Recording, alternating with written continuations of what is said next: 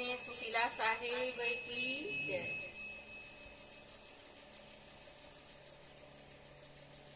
परम आराध्य मेरे मन मंदिर में बसने वाले सदगुरु देव जी, मंच पर विराजमान पूजनीय साहेब जी और सत्संग इस मंच पर विभिन्न आश्रमों से पधारे हमारे संतजन, भक्त सज्जनगण, भक्ति शक्ति के स्रोत माताएं तथा इस धरा धाम में खेलने वाले नन्हे बालक, आज इस पावन ग्राम कोपरा में और इस पुण्य धरती पर सत्संग का कार्यक्रम रखा गया है और इस सत्संग कार्यक्रम में ज्ञान की गंगा में गोता लगाने के लिए यहाँ हंस जन पधारे हुए हैं और जो इस ज्ञान की गंगा में गोता लगाएगा, भक्ति का टिकट कटाएगा, तो वास्तव में उसका कल्याण ही कल्याण है। इसलिए सदगुरु कबीर साहब ने अपनी साखी में बहुत ही सुंदर बात कही है। अरब खरबल दर्ब है, उदय अस्तल और आज, भक्ति महत्तम ना तुले ईशब पौने का।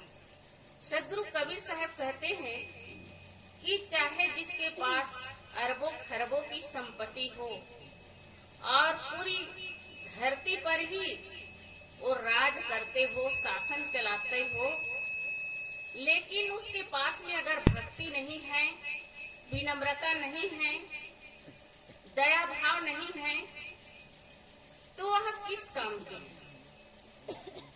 किसी ने जाकर के सदगुरु कबीर साहब के पास में अर्जी विनती करते हैं कि गुरुदेव, धन और शासन से किसी को शांति मिल सकती है क्या,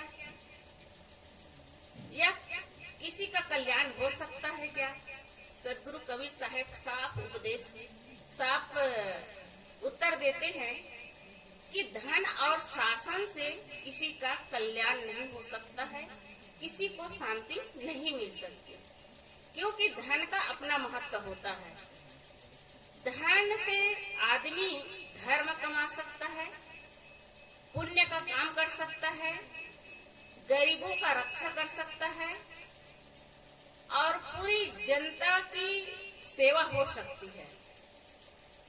और शासन से हमारे देश सुरक्षित रह सकते हैं, हम लोग सुरक्षित रह सकते हैं, इसकी आवश्यकता है। लेकिन केवल धन और शासन हो, जिसके मन में दया ना हो, भक्ति ना हो, ज्ञान ना हो, परोपकार की भावना ना हो, तो उसका कल्याण कभी नहीं हो सकता। चाहे वो गरीब क्यों ना हो, उसके पास में धन नहीं है, उसके पास में कोई शासन भी नहीं है, लेकिन वह भक्तिमान हो, तो वह दुनिया में कहीं किसी जगह बैठ करके अपना कल्याण वो कर सकता है। क्योंकि भक्ति की जो मंदिर है वो बहुत ऊंची है, उसका स्थान बहुत ऊंचा है, वह दूर से दिखाई देता है। भक्तिवान होता है, उसके ऊपर सबकी नजर रहती है, क्योंकि भक्ति करने वाले के लिए उसके हर चीज को देखा जाता है। उसके आचरण कैसे हैं, उसकी वाणी कैसी है, वे चलते फिरते कैसे हैं, बोलते कैसे हैं, लोगों से व्यवहार कैसे करते हैं, हर तरह की उसकी जांच परख लोग करते हैं। परिवार में है तो लोग परिवार में कुछ भी बातचीत हो जाती है, खटापटी, भाई भाई में कुछ झगड़ा हो जाता है, अनबन हो जाता है, तो लोग कहते हैं ये परिवार है, परिवार में खटपट तो होते रहते हैं। चार बर्तन हैं तो वहाँ आवाज उसमें आएगी ही, लेकिन कोई घर का मुखिया कहेंगे, अरे बच्चे गलती करती है तो माफ करने लायक होता है। अगर बाप ही गलती कर रहे हैं तो बच्चे का क्या होगा, लोग सोचते हैं। इसी प्रकार से समाज में कोई अगवा है तो उसके पीछे लोग उसके हर कार्य को देखते रहते हैं, क्योंकि वाकई में जो बड़े होते हैं उसकी गलती कभी माफ नहीं की जा सकती है। छोटे हैं तो हर कोई कहेंगे कोई बात नहीं, बच्चे हैं, बच्चे से गलती होती है। इसी प्रकार से जो भक्ति मार्ग में चलते हैं उसके लिए बहुत ही ये रास्ता अच्छा है कि वो अपने जीवन में कहीं दोष, कहीं कलंक, कहीं गलती ना करे। इसलिए भक्ति मार्ग बहुत ही कटीले रास्ते हैं। हम देखते हैं कि भक्ति मार्ग में चलने वाले को कितने कष्ट भोगने पड़े हैं। हमें एक उदाहरण ले, मीराबाई ने भक्ति की है। राज रानी थी, राज घर में उसकी जन्म हुई थी, राजकन्या थी, लेकिन उसके पास, उसके मन में भक्ति थी। वे भक्ति के लिए तड़पती थी। जहाँ भी सत्संग होता था, कथा होती थी, वहाँ जा करके वो बैठ जाती थी और जो भी उसके मन में, उसके आचरण में भगवान के रूप ही वो देखते थे। परिवार के लोग, समाज के लोग उसके लिए अनेक षड्यंत्र रचे। उसको जहर दिए गए, उसके गले में सर्प का माला डाल दिए ताकि वे हमारे परिवार को कलंकित ना करें। वे अपने बंधन में बांधना चाहते थे, पारिवारिक बंधन में, लेकिन वे परिवार के बंधन से उन्होंने बाहर निकला। उन्होंने अपनी जाति पाति कुल धर्म को छोड़ करके भक्ति मार्ग पर चले। इसीलिए सदगुरु कबीर साहब कहते हैं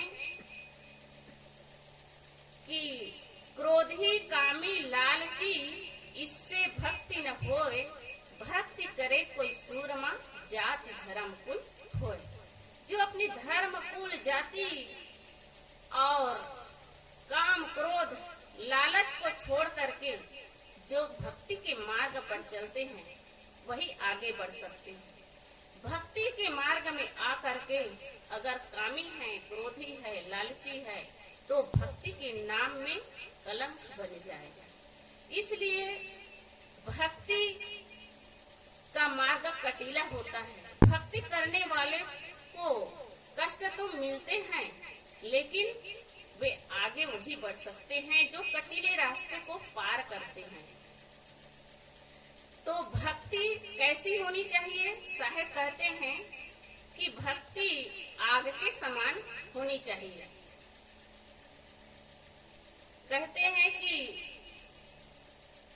जो भक्ति मार्ग पर चलते हैं तो आग के उदाहरण देते हैं। जैसे आग कहीं जंगल में लग जाती है तो पूरे जंगल को जला करके राख कर देते हैं। कहीं गांव में, शहर में लग जाती है तो पूरे गांव शहर को जला करके भस्म कर देती है। इसी प्रकार फिर भी हम उससे द्वेष नहीं करते, कहीं से मांग करके लाते हैं, क्योंकि वे हमारे जीवन में आवश्यक है। आग के बिना हम भोजन कैसे बना सकते हैं? चाहे हम आज के जमाना में कहें तो गैस से भोजन बना सकते हैं और बिजली इंडक्शन से हम भोजन बना सकते हैं, लेकिन वो आग के ही रूप है। तो हमें भोजन करना आवश्यक है। भोजन नहीं करेंगे तो जीवन कैसे चलेगा? जीवन अच्छा, स्वास्थ्य नहीं रहेगा तो हम भक्ति कैसे कर सकेंगे? इसलिए जिस प्रकार से हमारे जीवन में भोजन की आवश्यकता है, इसी प्रकार से हमारे जीवन में भक्ति की भी आवश्यकता है। जब तक से हम जीवन और आत्मा को नहीं समझेंगे तब तक से हमारा जीवन अंधकार अज्ञान में भटकता रहेगा। भक्ति करनी है तो कैसे करनी चाहिए? कोई दिखावा नहीं, कोई बनावटी नहीं और कोई अंधकार में ना हो, ऐसी भक्ति करनी चाहिए। कहा जाता है कि एक भक्त राज था, वो एक मंदिर में पूजा करता था और ऐसे पूजा करते करते उसका और बहुत भक्त हो गए थे।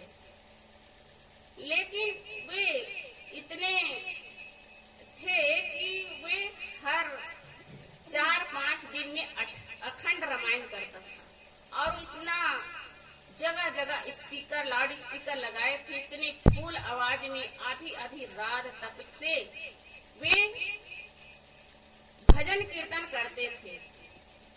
कुछ दिन के बाद गांव के लोग परेशान हो गए और वहां जा करके भक्त से कहने लगे कि भैया अपना नियम बना लो, 1 घंटा 2 घंटा ऐसे भजन करते रहना और अगर आपको करना ही है अखंड तो अपने घर में करते रहना, बाहर आवाज मत खोलना, बाहर लोगों को परेशान होता है। लेकिन वो भक्त नहीं माने। 1-2 बार गए, गांव वाले लोग परेशान हो गए और कहने के लिए उसके मंदिर के पास जाते हैं तो वह भक्त कहने लगा कि अरे भगवान के भजन में भी आप लोग रोड़ा पहुंचा रहे हैं। उन्होंने फिर भक्तों को इकट्ठा कर लिया और मरने और मारने के लिए तैयार हो गए। गांव के लोग चुपचाप रहे। कुछ दिन के बाद भक्त का शरीर छूट गया। अब जब वो शरीर छूट गया तो कहते हैं कि वो अपने मन में सोचा था कि मैंने भगवान का भजन किया है तो मैं स्वर्ग का सुख प्राप्त करूंगा। लेकिन जब शरीर छूट जाते हैं उसके बाद में जब भगवान के धाम में पहुंचते हैं, यमदूत वहां लेकर के पहुंचा देते हैं और वही घूमने लगा तो बाएं ओर स्वर्ग का दरवाजा था और दाएं ओर नरक का दरवाजा था। वो घूम रहा था, सामने एक चौकीदार बैठा हुआ था। चौकीदार से पूछा कि यह स्वर्ग जाने का प्रवेश द्वार है क्या? चौकीदार ने कहा जी हाँ, यही प्रवेश द्वार है, यही से जाते हैं। भक्त जाने लगा, आगे बढ़ने लगा। चौकीदार ने कहा कि भैया तुम जाने से पहले मुझे टिकट दे दो, क्योंकि स्वर्ग में जाने का टिकट है।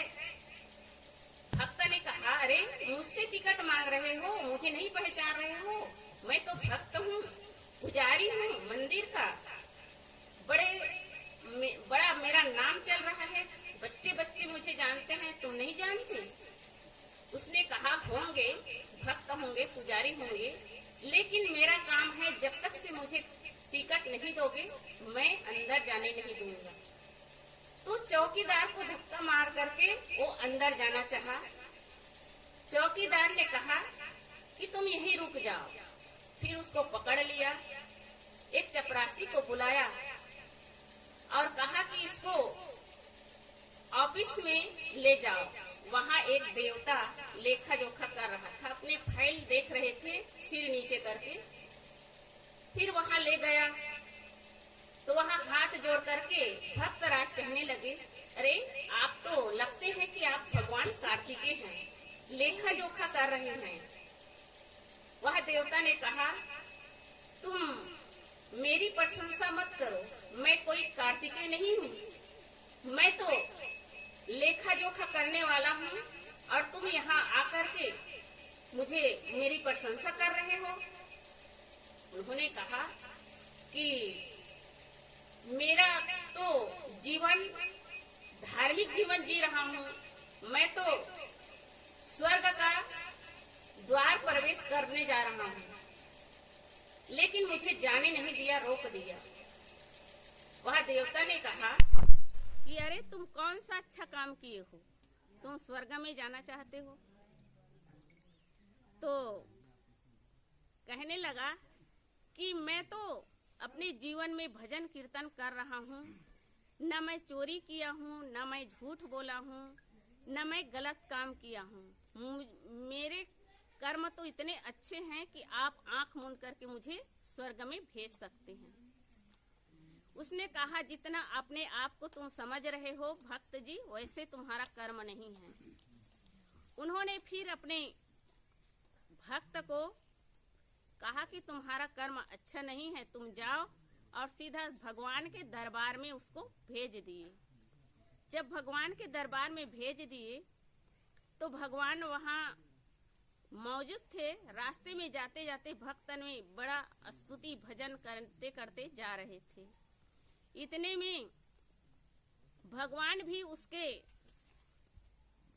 स्तुति से बड़ा ही नाराजगी हो करके कहने लगे कि अच्छा तुम यहाँ आए हो, क्या चाहते हो? तो भक्त ने कहा कि मेरे लिए स्वर्ग में अच्छी जगह मुझे दे दो, मैं वहाँ स्वर्ग में रहूंगा। भगवान ने कहा अरे तुम स्वर्ग जाने के लिए कौन सा अच्छा काम किए हो? उसने कहा नाराज हो करके कि जिसके लिए मैंने अपने जीवन को खपाया, रात दिन भजन पूजन करने लगा, और वही व्यक्ति मुझे ऐसे जवाब दे रहे हैं। उसने कहा कि भगवान आपका मैं भजन करता हूँ, पूजा करता हूँ, नियम से जीवन जी रहा हूँ। तब भगवान ने कहा कि नहीं, तुम जैसे सोचते हो ऐसे नहीं हो। तुम जानते हो कि मैं अंतर्यामी हूँ, भजन तो करते हो लेकिन लाउड स्पीकर क्यों लगाते हो? तो भक्त कहने लगा कि हमारी तरफ चलन है, मिठाई वाले स्पीकर लगाते हैं, फिल्म वाले स्पीकर लगाते हैं, और सब विज्ञापन अपने अपने देते हैं। तो भगवान कहने लगे क्या मैं बिकाऊ कोई चीज हूँ, मेरे लिए क्या विज्ञापन देते हो?